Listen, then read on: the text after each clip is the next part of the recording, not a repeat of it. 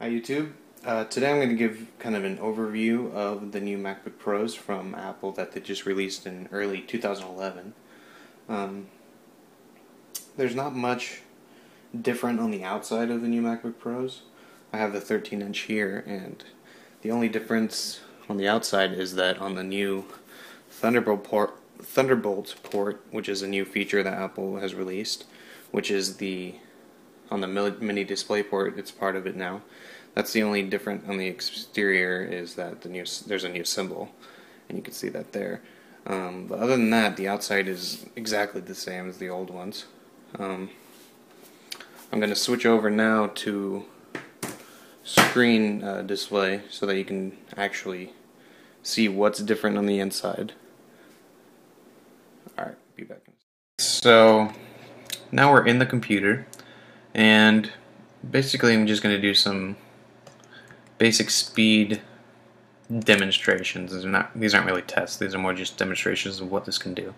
So down here you can see I have ScreenFlow, which I'm using right now to record this, iMovie, Final Cut Express, iTunes, iPhoto, Adobe Lightroom, VMware Fusion, which I'm running Windows 7 on, QuickTime, which isn't doing anything right now, got my mail, and I've got Chrome and Twitter open.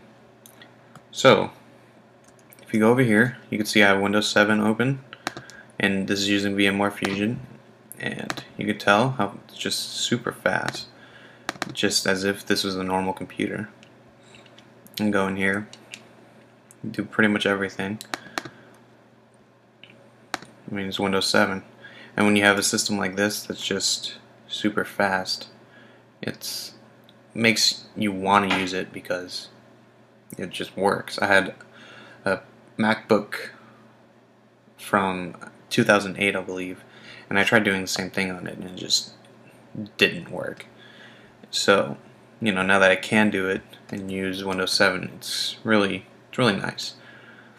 And then over here, you can see I've got all this, and this is Fronos Photo, which is a great site. Check them out. Fronos Photo on YouTube, I believe, and FronosPhoto.com. Then you can see I've got all this stuff open, and it's super fast. You just navigate through everything, go through here, come to iMovie, go over to Final Cut. It just works. So that's basically what I wanted to show you. Just super fast. And then I can go up here. I'll show you the actual stats. 2.7 gigahertz Intel Core i7, which I went for the top of the line for the 13-inch, 4 gigabytes of DDR3 RAM, and coming from my old MacBook, which was, I don't remember what the processor was, but it was Core 2 Duo, and it was 1 gig of RAM. I could barely open iTunes and iPhoto at the same time. So now that I can open them both and many more things, it's one of the best upgrades I think I've ever had on a computer.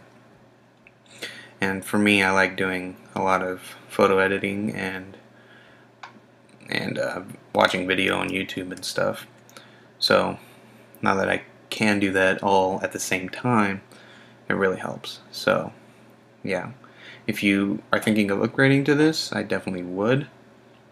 If you wait a few more months and then you start to think about wanting to upgrade,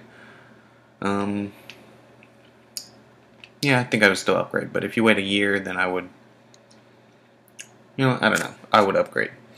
For right now, I would upgrade. That's my answer.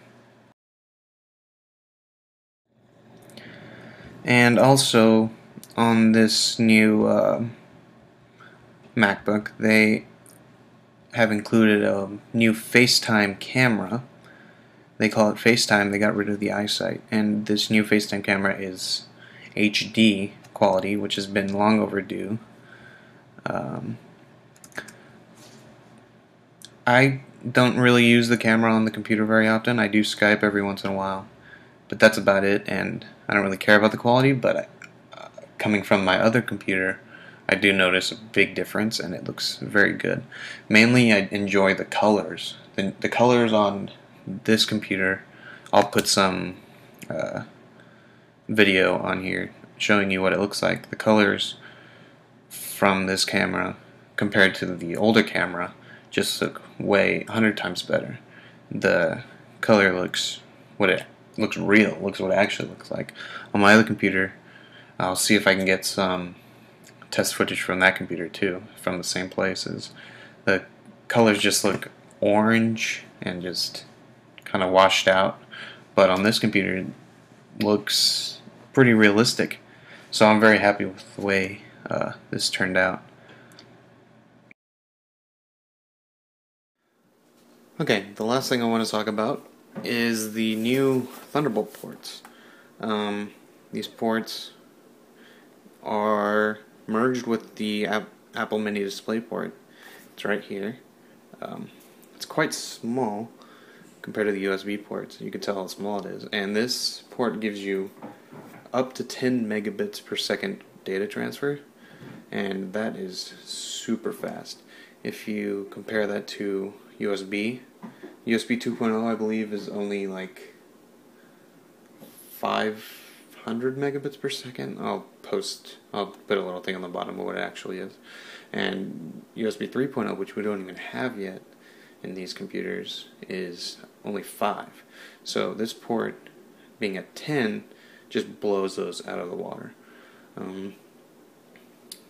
There aren't any applications for it right now, so we don't even know if it works yet, but I'm sure in the near future there will be plenty of things that we can use this port for. What I'm looking forward to is for hard drives. I have a Western Digital right now, and I love the hard drive, but it just takes forever to back everything up. And this is what it looks like right now. It just takes forever. So if we had something that would just back up really fast, I think that would just help a lot. Also, if you're into video and you want to transfer video back and forth really quickly, I know that will help a lot too.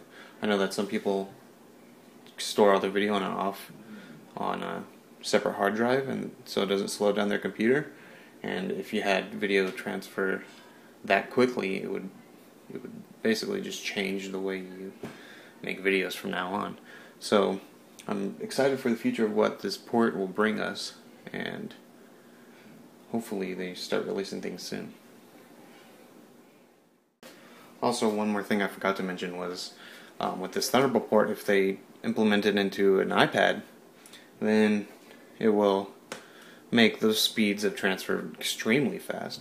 Because I know right now, or iPad or iPhone, if you sync it and it's the first time and you have to put all your movies and all your music and all your photos, it takes forever.